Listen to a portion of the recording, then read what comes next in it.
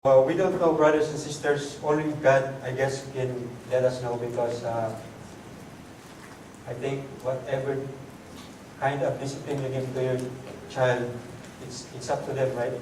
It's beyond now, beyond you sometimes. So what did he do?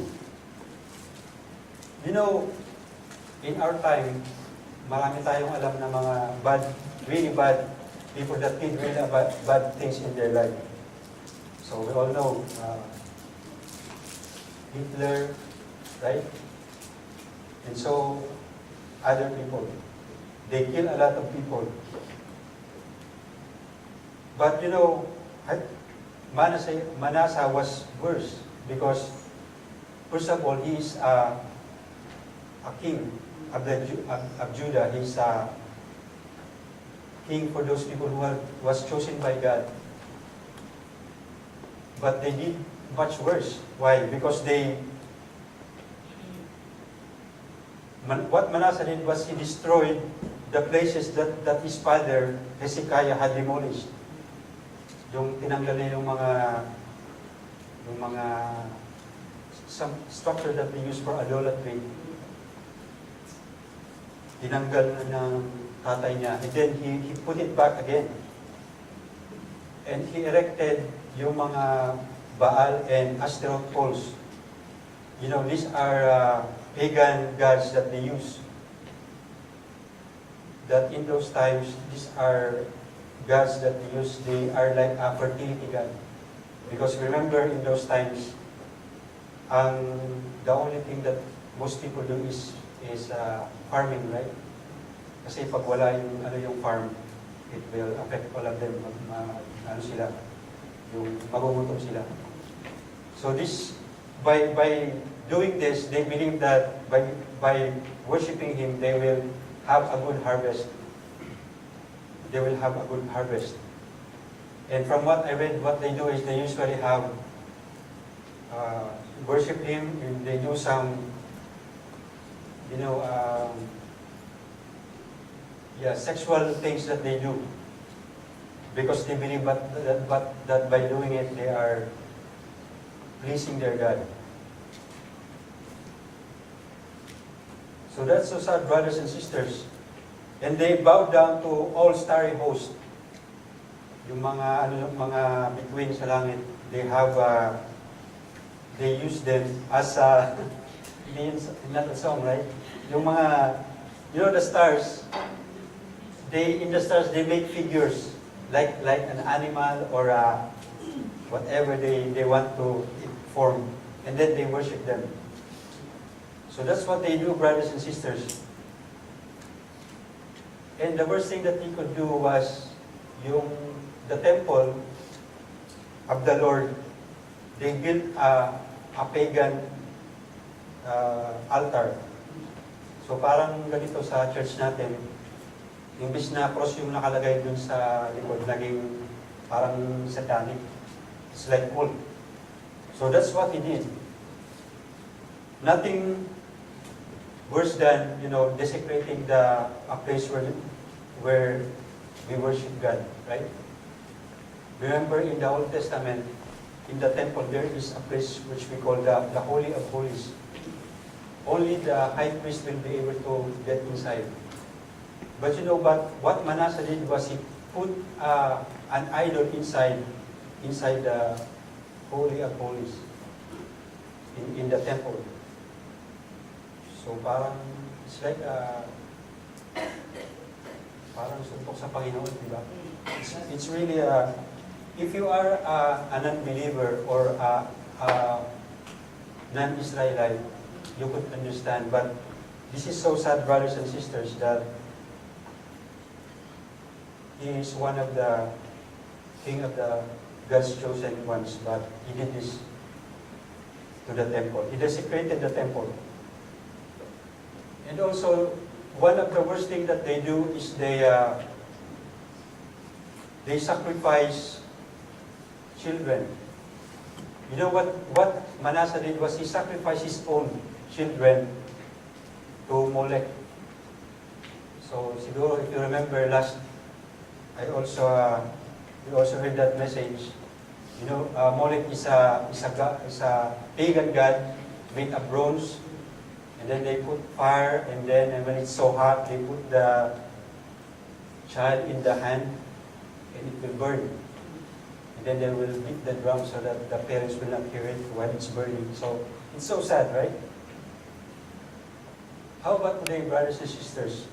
Do you think it's happening? Nangyayari ba ngayon? Probably not in the way in the ancient times, right? But you know that even today there are children who die every day. Every day. Probably hundreds, right?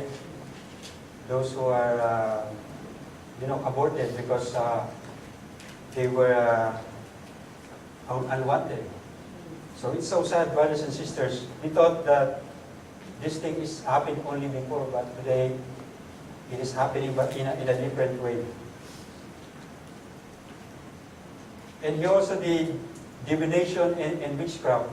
That is, sa panahon natin, it's like you want to foretell the future.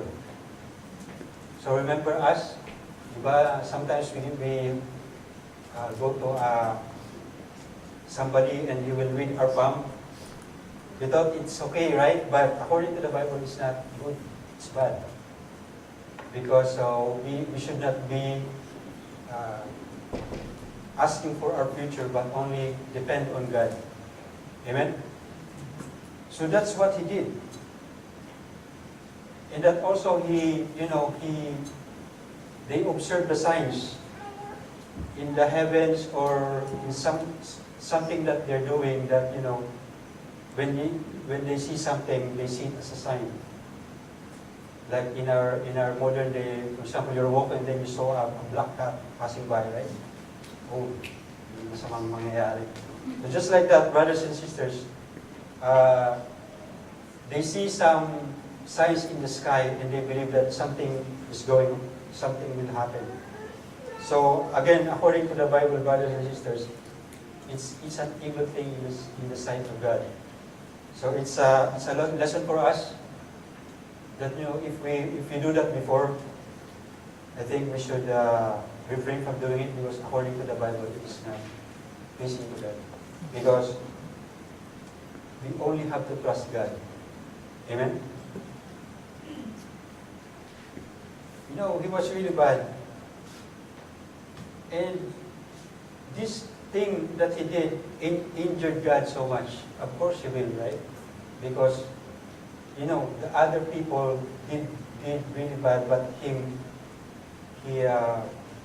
really offended God so much. And not only that, brothers and sisters, if you 2 Chronicles chapter 33, if you go to the book of Kings, 2 Kings 21, it is the same story. In 2 Kings is more of the political story. Dito sa binabasa natin is more yung personal sa kanya, on his personal life. And not only that, brothers and sisters, because Manasseh had, violated the things of God, marami siyang mga nakaaway ng kapwa niya. And he probably began to rebel against the king because he's doing it. He's doing the wrong thing, right? So what he did is he shed innocent blood. He's a murderer as well. Marami siyang pinampatay. That if he suspects somebody is against him, probably the whole family is killed, right? So it's so sad.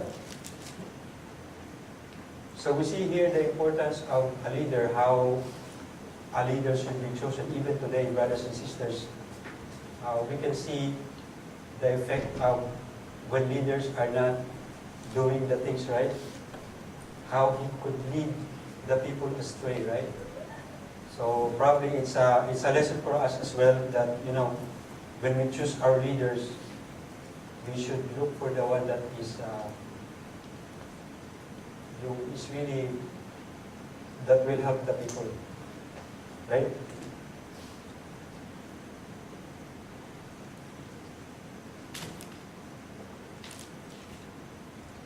So the story of in his time is just like in the time of Christianity, yung ganun, parang yung Christianity lang, di ba? So it's the same thing. When the Christianity started, people are being rounded and being killed. So it's the same way, brothers and sisters. It's so sad.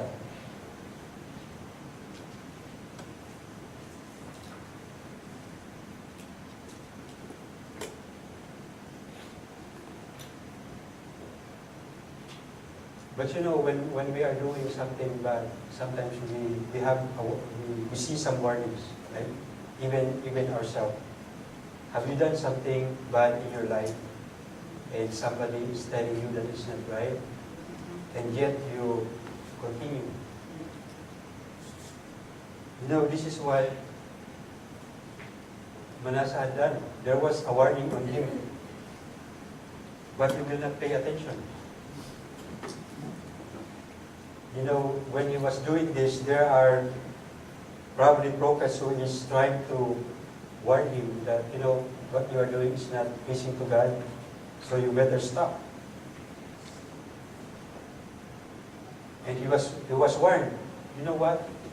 If you will, God warned him that if you will not stop, there will be something, a news for you that will happen that will make your ear tingle. Yung parang, it's like prick. Parang a pain in your ear when you hear it. And you're just like Samaria. Kasi yung, kung maalala natin in North and South Kingdom, yung Israel na wala na ano na sila. They're already conquered.